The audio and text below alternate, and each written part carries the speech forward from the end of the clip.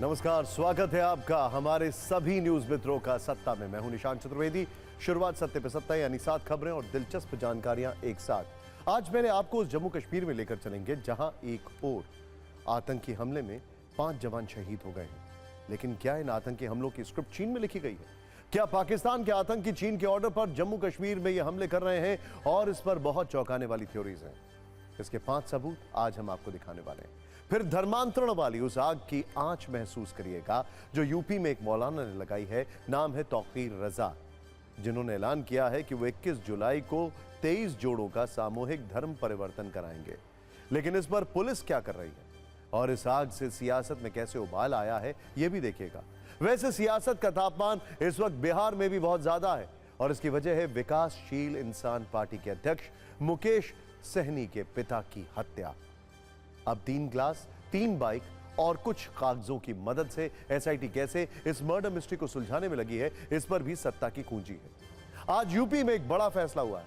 शिक्षकों के विरोध को देखते हुए योगी सरकार ने डिजिटल हाजिरी पर 2 महीने के लिए रोक लगा दी है। अब यह तय किया गया है कि इस पर एक कमेटी बनाई जाएगी और फिर इस विवाद का हल निकाला जाएगा। आज सत्ता की खबर का बड़ा असर भी हुआ है। हमने कल आपको दिखाया था कैसे दिल्ली में केदारनाथ मंदिर के निर्माण से उत्तराखंड के साधु संत और तीर्थ पुरोहित गुस्से में हैं। इस विरोध को देखकर श्री केदारनाथ धाम ट्रस्ट बुराड़ी के अध्यक्ष ने कहा है, अगर किसी की भावनाओं को ठेस पहुंची है तो वो मंदिर का नाम बदलने के लिए तैयार है। आज सत्ता में हम आपको हमले के बाद डोनाल्ड ट्रंप का नया अवतार दिखाएंगे। ट्रंप जब अपने कान पर पट्टी बांधकर समर्थकों के बीच पहुंचे तो उनके तेवर एकदम अलग थे और समर्थकों का जोश काफी हाई था। आज इस खबर पर एक वीडियो गूंजी है और एक दिलचस्प खबर सुप्रीम कोर्ट से भी आई है। चेन्नई की एक महिला ने अपने पहले पति से तलाक लिए बिना दूसरी शादी की थी। इस पर सुप्रीम कोर्ट ने महिला और उसके दूसरे पति को 6 महीने की जेल की सजा सुनाई है। आदेश के अनुसार पहले 6 महीने पति जेल में रहेंगे और फिर महिला को 6 महीने जेल में भेजा जाएगा।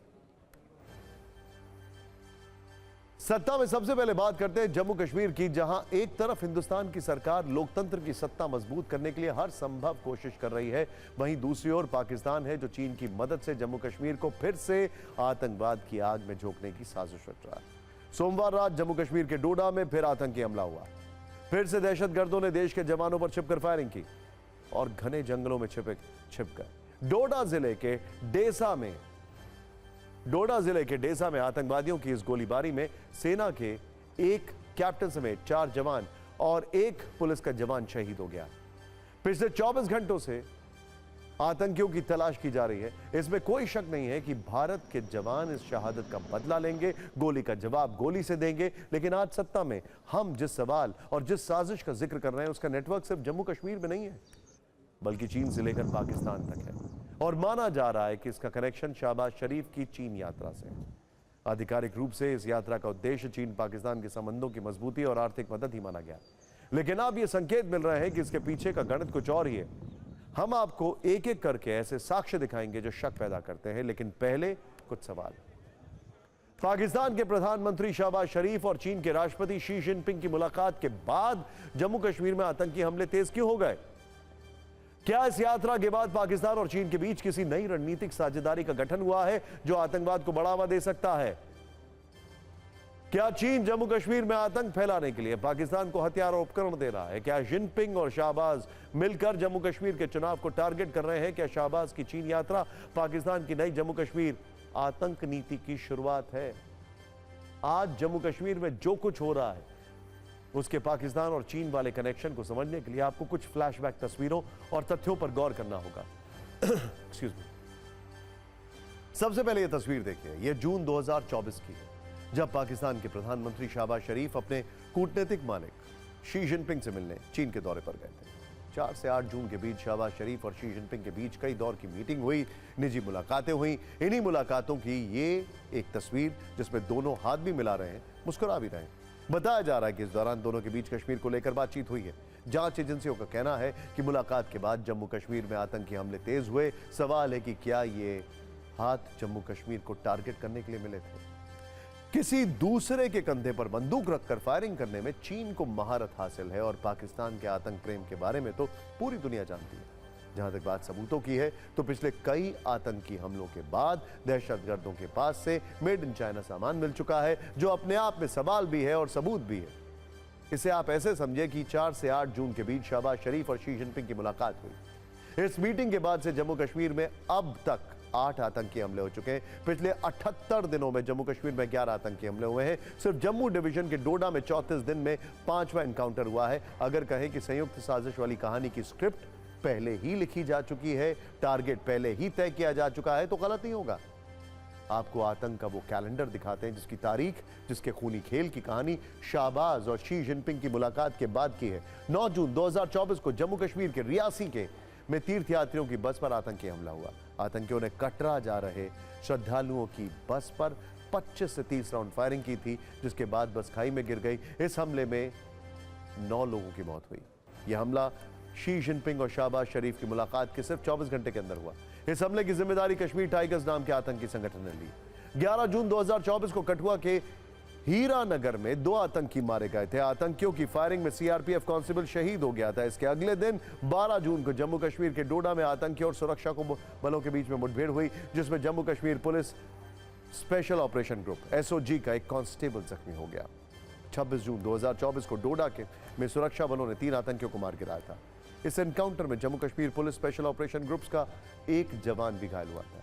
इसके बाद 6 जुलाई 2024 को कश्मीर के कुलगाम में 2 इलाकों में मुठभेड़ में सुरक्षा बलों ने 4 आतंकियों को मार गिराया।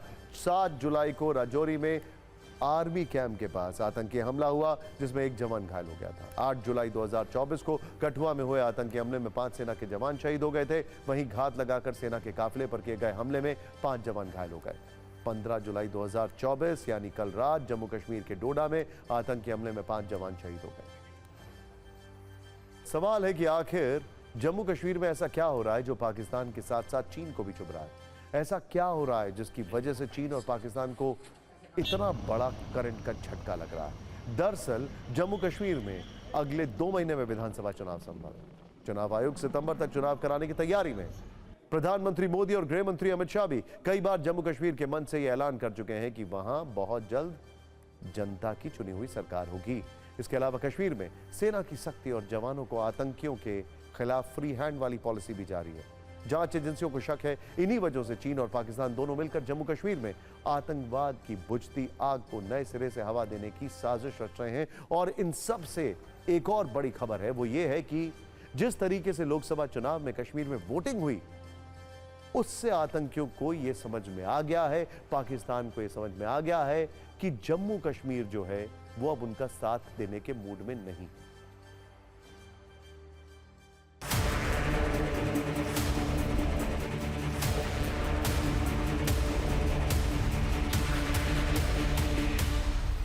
सर्च में हमें 4 AK राइफल मिले, 2 पिस्टल मिली, राइफल्स के साथ में 8 AK की मैगजीन, 3 पिस्टल की मैगजीन, AK के 192 राउंड, पिस्टल के 26 राउंड मिले। जो राइफल थी उनमें चाइनीज मार्किंग है और जो पिस्टल्स हैं उसके ऊपर पाकिस्तानी मार्किंग है।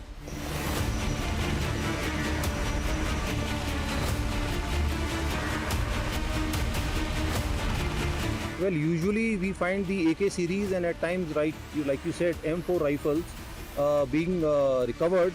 This M16 is a Chinese make 9mm caliber weapon. This is an unusual recovery.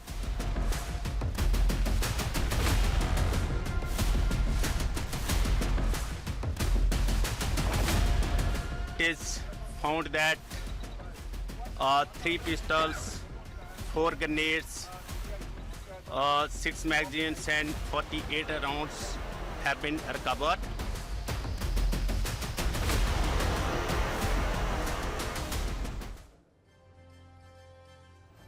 Jammu Kashmir में यह भी देखा गया है कि पिछले कुछ सालों में आतंकवादियों का टारगेट कश्मीर से शिफ्ट होकर जम्मू रीजन हो गया और यहां ज्यादातर हिंदू गांवों को ये टारगेट बनाते हैं ताकि लोगों में दहशत हो। इनकी साजिश ये है कि जम्मू कश्मीर विकास की राह पर आगे बढ़ रहा है, जहां विकास की कई परियोजनाएं चल रही हैं, जहां लोग अब खुलकर मताधिकार का प्रयोग करना चाहते हैं, वहां फिर से 90 के दशक वाला आतंक कायम हो सके। इस मकसद को अंजाम देने के लिए आतंकी जम्मू कश्मीर में जंगलों का सहारा ले रहे हैं। कल रात भी आतंकी फायरिंग करके डोडा के जंगलों में छिप गए, जो कि एक बहुत ही डेंस फॉरेस्ट है। पिछले 2 वर्षों में जम्मू कश्मीर में हुए सभी बड़े आतंकी हमले और पीर पंजाल इलाके में हुए हैं। ये बड़ा हैरान करने वाली खबर है। ये अटैक पीर पंजाल पर्वत श्रृंखला में स्थित राजौरी पुंछ रियासी बेल्ट में हुए हैं। ये बेल्ट जम्मू को कश्मीर से अलग करती है और पीर पंजाल घाटी में आने वाले राजौरी और पुंछ जैसे जिले पीओके के साथ एलओसी के 225 किलोमीटर एरिया को टच करते हैं। आतंकी इन्हीं रास्तों से होकर जम्मू के जंगलों में घुसपैठ करते हैं। घुसपैठ का बिल्कुल लेटेस्ट तरीका है। अब यहां पर पूरी पीर पंजाल बेल्ट और खास तौर पर भद्रेवा, किश्तवाड़ और त्रिकुटा के जंगलों में आतंकवादियों को रणनीतिक लाभ मिलता है। डोडा के घने जंगल और पहाड़ी आतंकवादियों को आसानी से छुपने की सुविधा देते हैं। ये सुरक्षा बलों के लिए उनकी मूवमेंट को ट्रैक करना चुनौतीपूर्ण बना देता है। जंगल में जो घनी वनस्पति और ऊंची पहाड़ियों के कारण आतंकवादियों के लिए सुरक्षा बलों की निगरानी से बाहर रहना संभव हो जाता है। जंगल में पानी, खाना और आश्रय जैसी बुनियादी आवश्यकताएं आसानी से पूरी हो जाती हैं। आतंकवादियों के लिए लंबे समय तक छुपकर रहना आसान हो जाता है और दुर्गम क्षेत्र होने के कारण सुरक्षा बलों को ऑपरेशंस चलाने में कठिनाई होती है, जबकि आतंकवादियों के पास इन इलाकों में रहने और अटैक करने का पूरा प्लान होता है।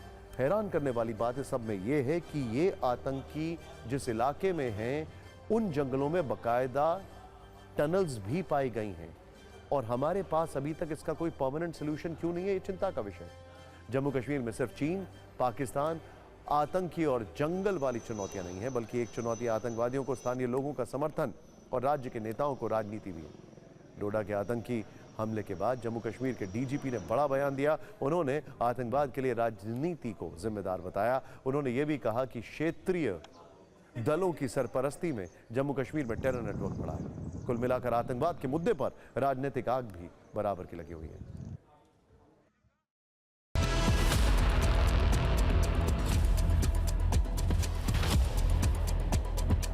The full truth is, Pakistan successfully came to infiltrate all important aspects of our civil society.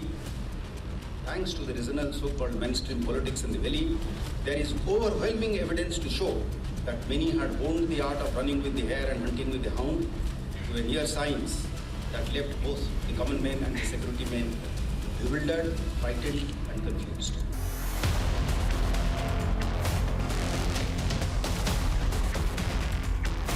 जो इस वक्त के डीजी हैं, he is more, busy with fixing things politically. उनका जॉब है पीडीपी के लोग कैसे तोड़े जाए, लोगों को कैसे हरास किया जाए, उनको कैसे धमकाया जाए। We don't need a fixer here. We need a DG. हमारे पास यहाँ पहले भी बाहर से बहुत डीजी आए हैं, बहुत अच्छा काम किया उन्होंने।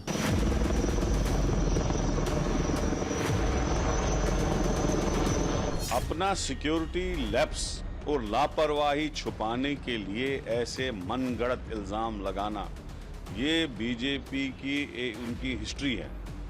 ये डीजीपी ने बयान नहीं दिया, ये जो भारतीय जनता पार्टी और सरकार ने उनको बयान लिख के दिया, ये वही उन्होंने बताया। डायरेक्टर जनरल पुलिस साहब ज़्यादा पॉलिटिक्स बोलते हैं और सिक्योरिटी के मामलात पे मुझे लगता है शायद कम ही बोलना चाहते हैं। उन्हें चाहिए कि वो सिक्योरिटी के मामलात की तरफ ज़्यादा तवज्जो दे दें